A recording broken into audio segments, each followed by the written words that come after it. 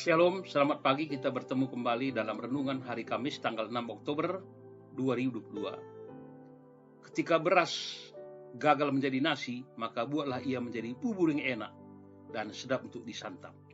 Kita berdoa.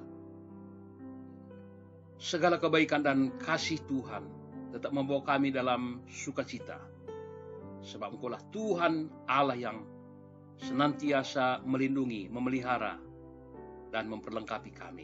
Terima kasih Bapa, dalam nama Tuhan Yesus kami berdoa. Amin.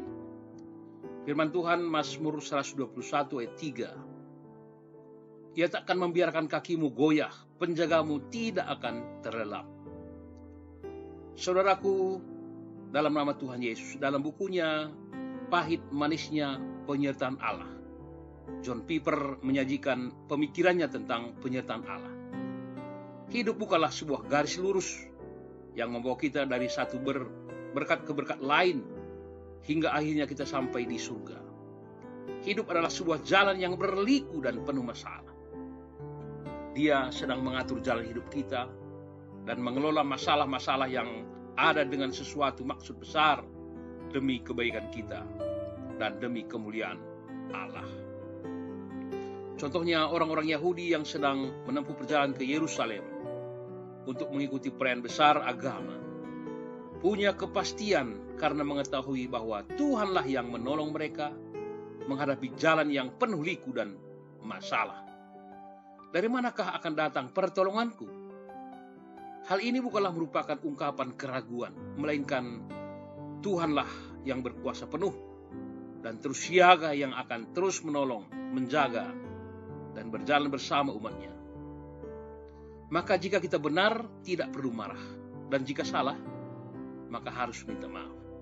Jika kita pintar, maka tidak boleh tinggi hati. Dan jika kita bodoh, tidak boleh rendah diri. Jika kita kaya, maka seringlah kita berbagi. Namun jika kita miskin, maka bekerja keraslah dibarengi dengan doa. Bersabarlah sebab semua pasti ada jangka waktu yang akan dinanti daripada Tuhan.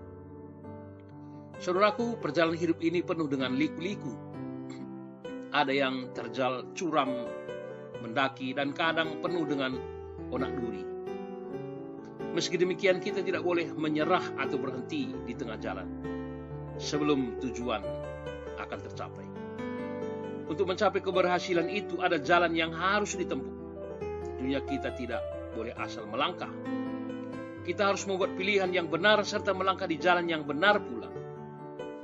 Ketika kita hendak mendaki ke puncak gunung, jalan yang harus kita lewati pasti terasa berat dan melelahkan. Namun tatkala kita mencapai puncak gunung itu, terbayarlah semua kepenatan yang kita rasakan.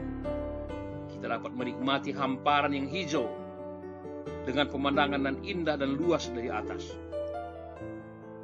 Hargai waktu, dan semua yang terjadi hari ini adalah sebuah realitas. Jangan terlalu mengingat pedihnya masa lalu, dan jangan terlalu memikirkan suramnya masa depan, karena hal ini akan membawa penderitaan. Jalani hari ini dengan sukacita dan senyuman keterusan, karena hal itu akan membawa kegembiraan dan keceriaan. Hidup ini bagaikan jalan berliku dengan masalah dan bahaya yang tak pernah dapat diduga. Tapi kita bisa yakin penuh pada penyertaan, perlindungan, dan pemeliharaan Allah.